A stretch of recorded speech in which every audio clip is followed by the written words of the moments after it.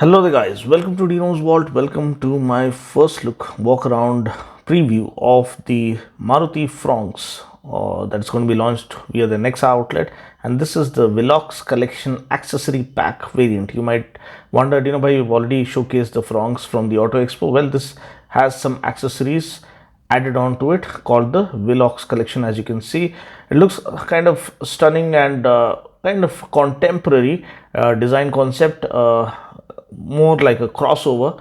You can see a little bit of Grand Vitara up front. You have the bullhorn chrome grille up front, which is nice and prominent and striking. The Suzuki logo, the LED DRLs, and the LED position lamps, the triple LED layout for the LED headlamps.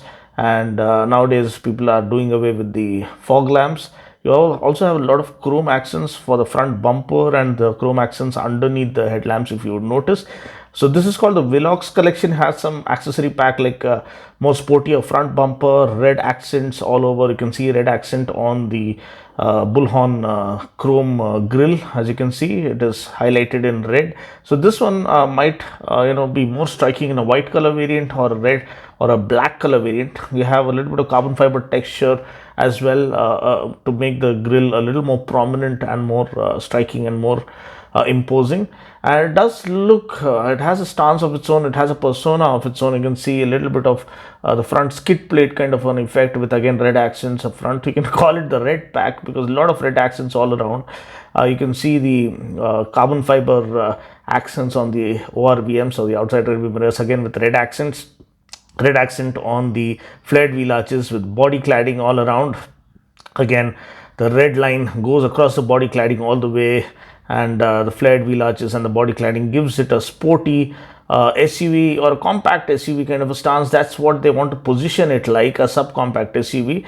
It is based on the Baleno, but it gets 16-inch wheels from Goodyear, and I believe 195 section tires, and is what I feel. You get this protector for rainwater from entering the cabin, which is really good. Roof rails, shark fin antenna, and 16-inch alloy wheels, body colored door handles, and yeah, so that's about it.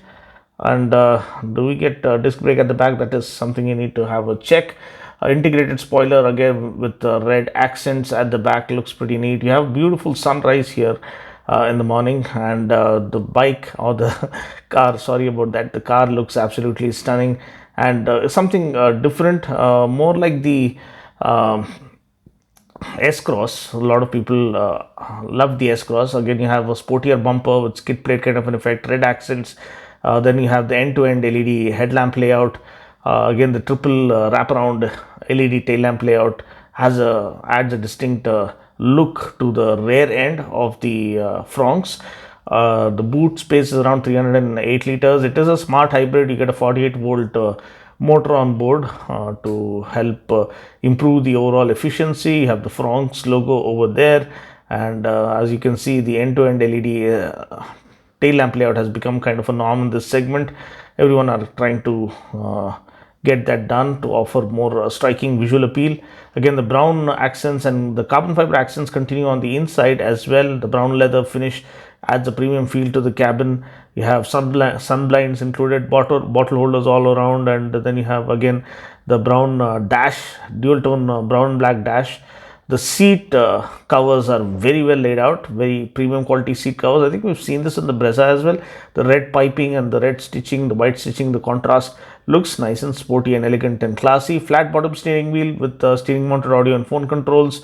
And looking at the rear space, adequate amount of legroom, decent amount of headroom, and you have dedicated headrests for 3 passengers at the back. You have pillows at the back for added comfort.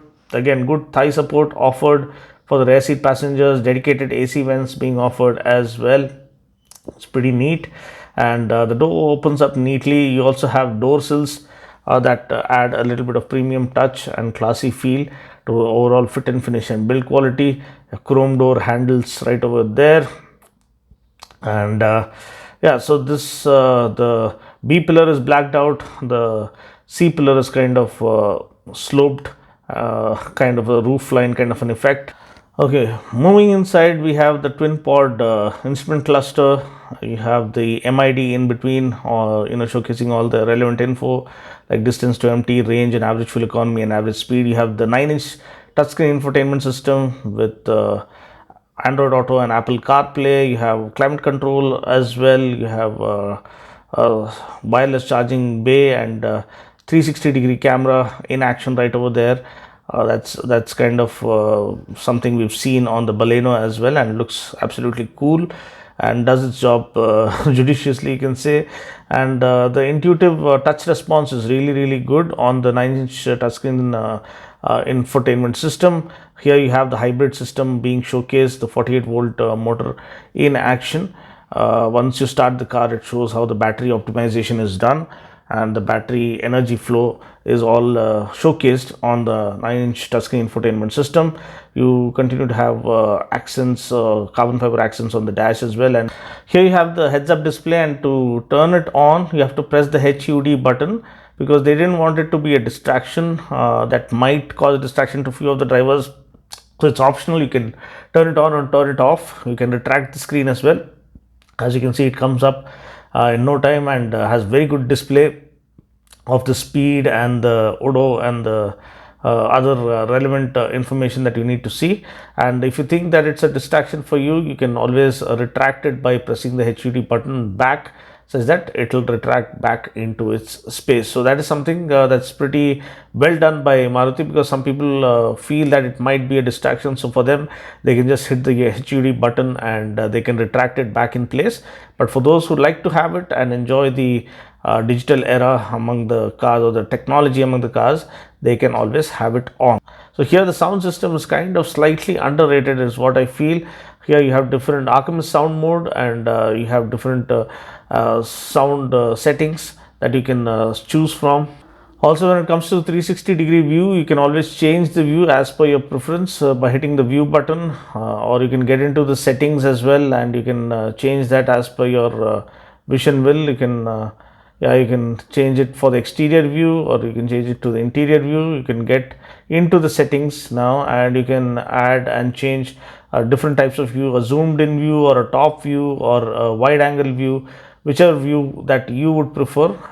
Now, talking about other utility spaces, you have cup holders, you have wireless charging bay right over there, and you have a glove box as well to offer adequate space. And yeah, you have carbon fiber accents that look good, carbon fiber accents on the air con vents as well, the start stop button, and traction control on or off. You want the automatic start stop system to be turned on or off, the camera view button, and other controls over there. Now, talking about the powertrain options, you have two powertrains to choose from. You have the 1.2 liter naturally aspirated 4-cylinder petrol that puts out around 90 PS of max power and 113 Newton meters of max torque. You have two transmission options, 5-speed manual and a 5-speed AGS, or auto gear shift, or automatic manual transmission. Then you also have the 1 liter booster jet turbo petrol, 3-cylinder turbo petrol that puts out around 147 PS of max power and 250 Newton meters of max torque. And this comes with two transmission options, 5-speed manual or the 6-speed torque converter. And that is about the transmission options and the drivetrain options. Talking about the safety, you have 6 airbags inside, and you have ABS with EBD, traction control, electronic stability program, and rear parking sensors, rear view camera, and you name it, this one has got it. So that is about the safety features on board. And yeah, it is built based on the tech total effective control technology, tech body structure. So it is rigid and sturdy, and offers good torsional rigidity and balance. And overall, it feels a well put together crossover for those who want a compact urban SUV to move around in the city. So I think this looks like a stylish and compact proposition that has tried and tested powertrains to offer the best of both worlds in terms of power as well as economy. This concludes my overview of the Fronx Vilox collection. Would you prefer this over the other options available in the market? Feel free to comment below. What do you think about the Fronx? What do you think about the powertrains that are being offered? Do you think it's a good option, or to come across as a force to reckon with? Feel free to comment below. Let me know. I'll catch you guys in the next video. Until then, take care, God bless, and drive safe. And yeah, my drive impression is coming up next, so stay tuned for that.